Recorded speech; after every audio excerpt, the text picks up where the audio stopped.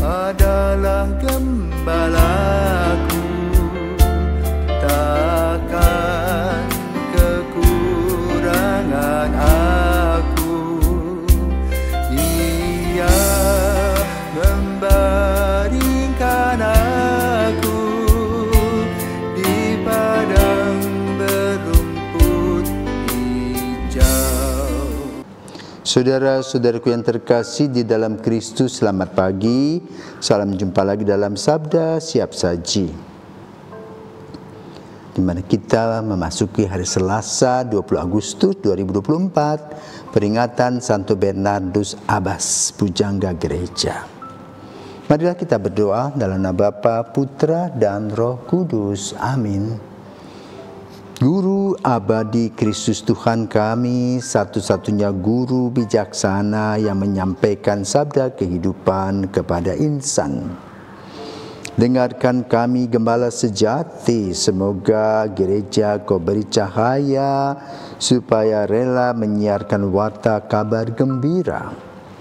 Ku beri kami pujangga teruji, yang menerangi budi serta hati, supaya kami lebih menyelami kasih ilahi.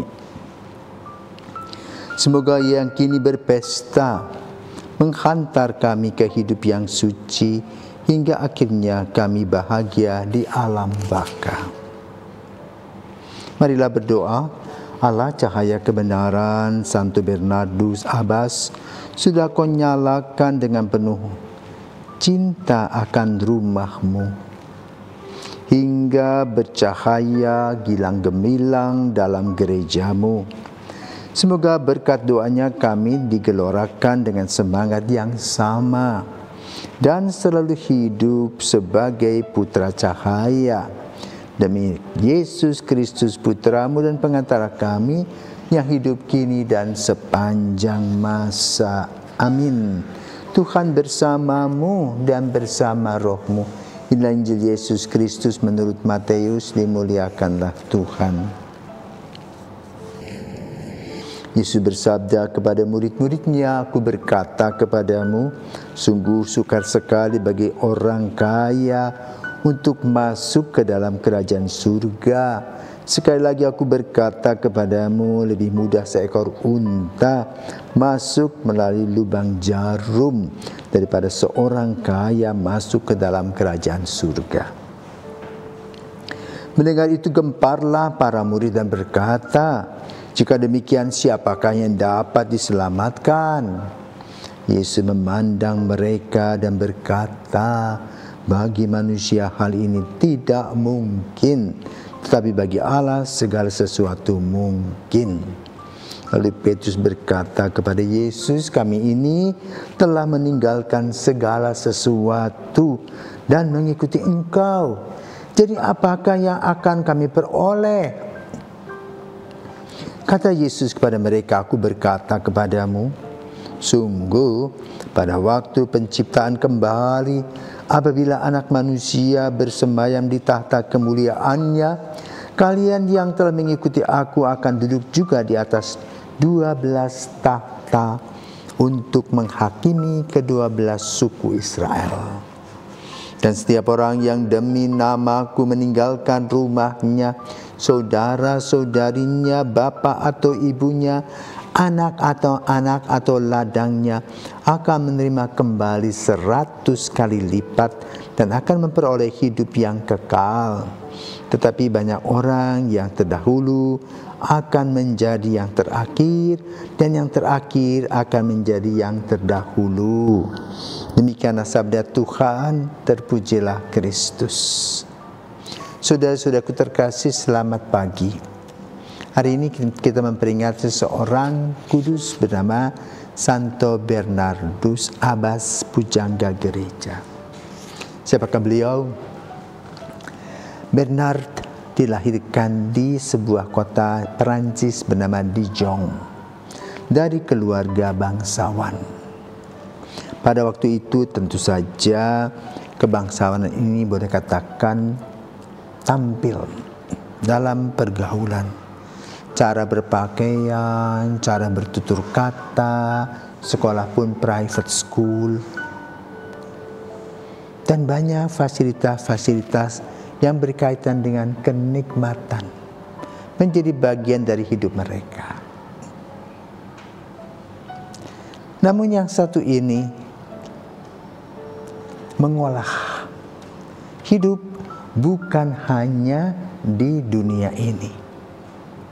Maka dia tertarik kepada hidup kontemplatif, di mana seseorang yang masuk biara waktu itu harus menulis warisan bahwa dia akan meninggalkan semuanya, atau boleh katakan kalau memangnya diserahkan oleh keluarga, diserahkan kepada biara. Sistersian itu komunitas yang keras. Di Indonesia ada, ya, yang kemudian dia perbaharui, di mana mereka bangun jam 3, mulai mengadakan puji-pujian, ya, kontemplasi, lalu misa, adorasi, kerja tangan, doa rosario, pokoknya semua yang berhubungan dengan mazmur, ya, ibadat-ibadat, mulai ibadat bacaan pagi, siang, sore, malam, itu mereka lakukan dalam hening. Maka teman-temannya heran ketika dia mengatakan, aku mau masuk ke sana. Serius nih, serius. Maka kemudian dia masuk ke dalam biara itu, dan memang dia mempunyai karisma, ya. Itu memang betul hidupnya serius di dalam biara. Bahkan melihat bahwa ada hal-hal yang perlu diperbaharui. Maka lahirlah yang disebut dengan OXO, Ordo Cistercienses, ya, yang pusatnya di Indonesia di Trappist.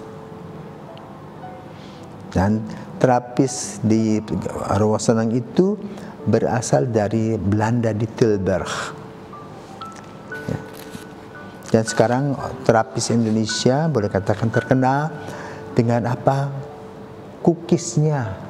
Jadi mereka kerja tangan, mempunyai pabrik karena mereka punya sapi, lalu susunya diolah menjadi keju, keju diolah kembali menjadi cookies, keju cookies yang terkenal. Kalau Anda mau, silahkan mengontak Trappist Rowosenang. Nah, sekarang kita menuju pada sebuah permenungan Injil. Tadi di dalam Injil dibahas tentang sukar sekali orang kaya masuk kerajaan surga. Maka Yesus kemudian mengibaratkan, ya, seekor unta bisa masuk lubang jarum. Nah, saudara terkasih, lubang jarum bukan seperti yang kita pakai untuk jahit, bukan. Lubang jarum itu adalah tempat yang ada di Yerusalem, pinggiran kota Yerusalem, berbentuk lubang besar di jalan itu, di tengah-tengah jalan, di atas jalan itu besar lubangnya. Dan itu kalau unta dimasukkan mau, gampang, ya. Tapi tentu manusia tidak mau. Itu ibarat saja, ya. Bagaimana susahnya manusia terikat dengan keduniaan dan kesenangan. Maka untuk mengikuti Yesus itu yang harus dilepaskan. Nah, Bernardus sudah melepaskan itu. Gaya hidupnya yang dulu pakai pakaian sutra dan sebagainya dengan pergaulan yang luar biasa elit, jet set, ya, ditinggalkan. Dan maka hiduplah seperti seorang petani, peternak yang sederhana yang melayani Kristus, yang menekankan hidup, mempelajari, lalu merefleksikan, dan juga menikmati sabda Allah hidup dalam langkah-langkah hidup mereka sebagaimana apa yang dikatakan oleh Yesus. Rasanya bagi manusia itu berat, tetapi Allah memungkinkan kehidupan ini. Maka perlu kepercayaan yang kokoh.